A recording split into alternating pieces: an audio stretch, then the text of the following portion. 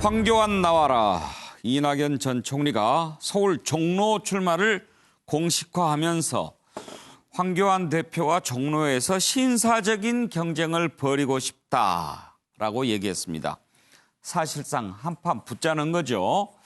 어떻게 될까요? 정말 이번 총선의 최대 빅매치 과연 성사될 수 있을까요?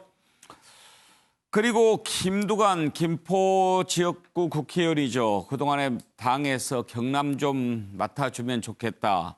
맨 처음에 거절했죠. 나는 지금 이쪽 지역구 떠나기 싫다. 예의가 아니다. 그렇게 얘기했는데 당의 거듭된 요청에 따라서 경남 출마하기로 했습니다. 임종석 전 비서실장 어떻게 해야 될지 지금 저울질하고 있는 것 같고, 자, 관심을 모았던 인물들이 있는데 문석균 문희상 국회의장 아들인데 결국 뜻을 접었습니다. 선당 후사의 마음으로 이번 총선 출마하지 않겠다라고 밝혔는데요. 자, 논란이 되는 인물들 다음엔 어떻게 또 될까요? 관련된 녹취 들어봅니다.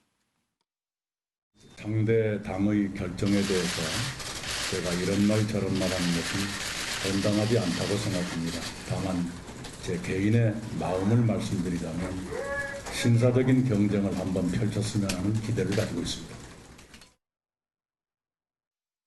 자, 빅매치 성사 가능성 정웅갑 실장은 어떻게 전망하십니까? 저는 가능성이 있다고 봅니다.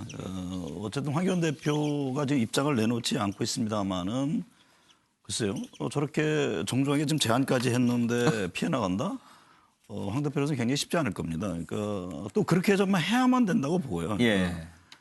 그 종로라는 데가 그렇게 여당으로서도 만만한 데는 아니거든요. 과거에 보면은 역대 좀 보수 의원들이 그렇죠. 계속됐고 또 시간이 아직 남기 때문에 이 여론 지지 흐름이 어떻게 변화했을지 모르는 겁니다. 그러니까 황교안 대표 입장에서는 지금 당을 위해서 뭔가 보여줄 카드가 필요한 것이고 또 이번 총선 결과에 따라서 뭐 본인이 생각하는 대선을 지금 염두에 두고 움직이기 때문에 저는 이낙연 총리와 한번 출마를 같이 해서 부딪혀보는 게 하나의 방법 아닌가 그런 생각을 하고 있습니다.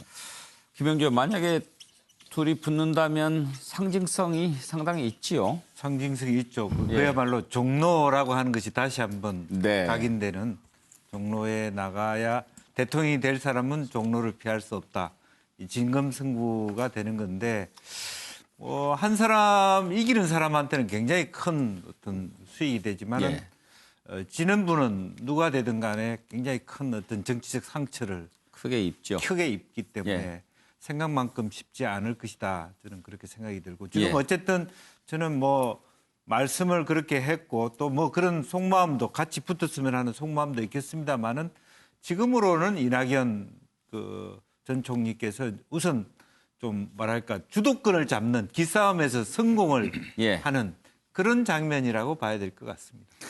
황교안 대표는 어떻게 할까요? 궁금합니다. 황교안 대표 얘기도 좀 들어볼 수 있을까요?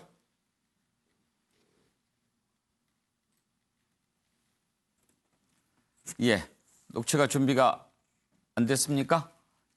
황교안 대표는 당에 따르겠다라는 입장을 여전히 밝히고 있습니다.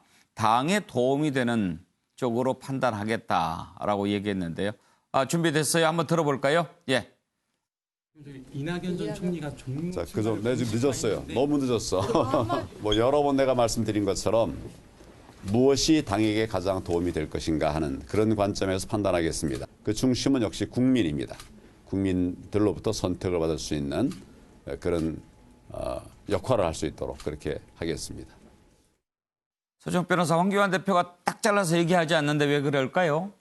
아마 이제 황 대표는요 피할 명분도 없고요 피할 생각도 없는 것 같아요.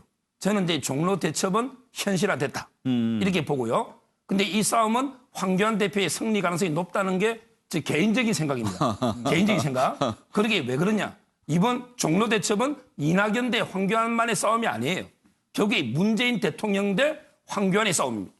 결국에 이번 4.15 총선은 뭐니 해도 이게 정권 심판 선거로 갈 수밖에 없어요.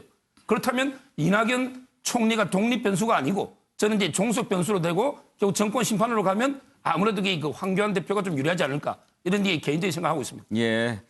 현실화 가능성만 물어봤는데 승부까지 점쳐주셨네. 예, 김성환 평론가.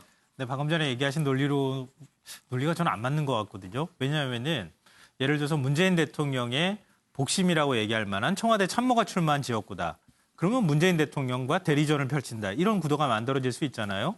근데 이낙연 전 총리, 지금 이낙연 선대위원장은 문재인 대통령과 또 다른 캐릭터를 갖고 있고 또 다른 의미에서 권한과 역할을 행사했기 때문에 국민들이 대선 주자로 인식하고 있는 거예요. 그러니까 오히려 문재인 대통령하고 한판 싸우겠다 그러면 종로로 나가면 안 되는 상황인 거예요. 제가 볼 때는. 뭐 개인별로 다 생각이 다르니까요.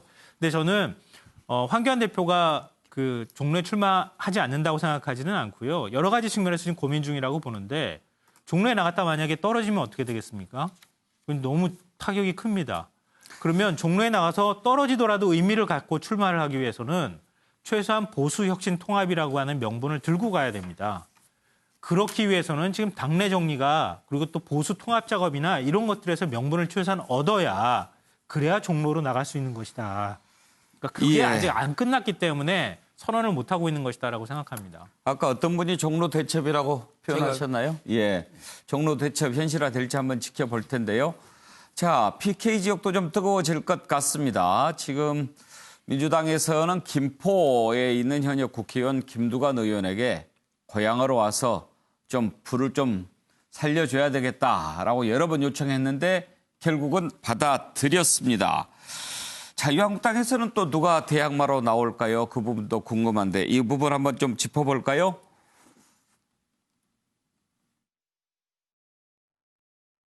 민주당 의원 중에서 중심 선거를 끌고 나갈 수 있는 인물이 필요하다.